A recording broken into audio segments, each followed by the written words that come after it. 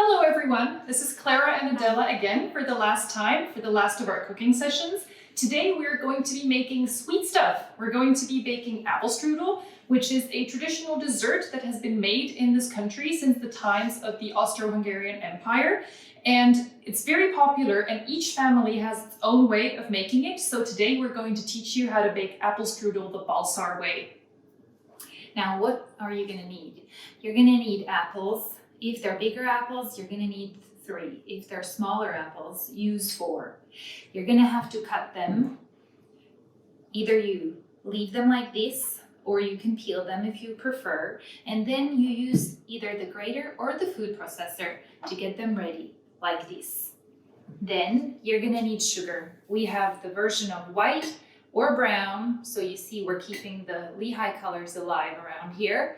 Then we have cinnamon and raisins. We always wash the raisins prior using them.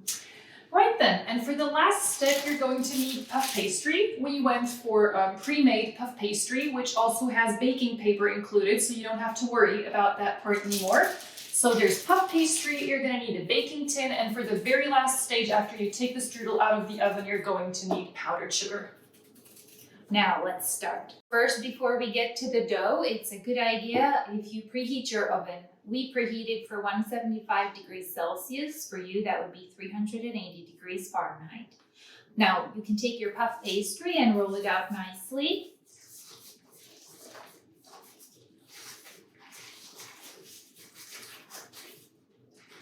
And now we can start filling it.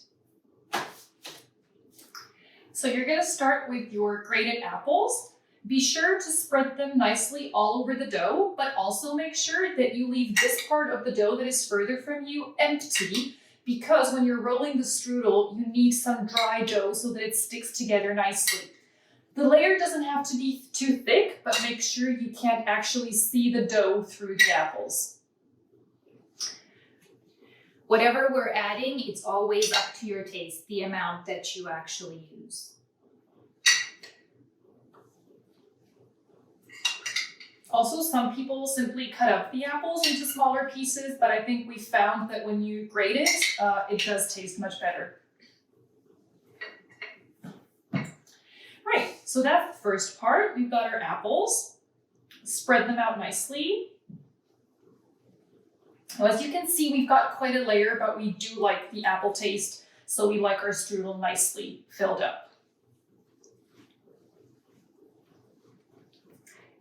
Okay, once we're done with this, we can go for sugar. Now, we told you we would teach you the Balsar way of making apple strudel. We add both brown and white. Some of us have a real sweet tooth, you know.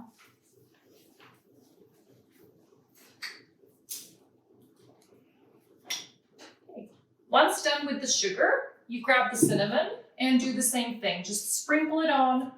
The amount is entirely up to you. And cinnamon is my favorite. Okay, well that is quite a bit of cinnamon.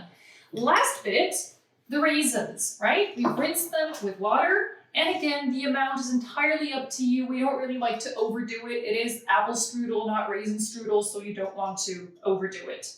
But then again, I like raisins. Right, so once we've got this, you can actually start rolling, right?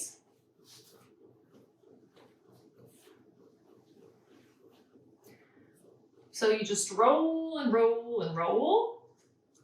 Whatever comes out, feel free to eat. Now, some people don't really roll it very much, but they just fold it. But we like to roll it as many times around as it goes.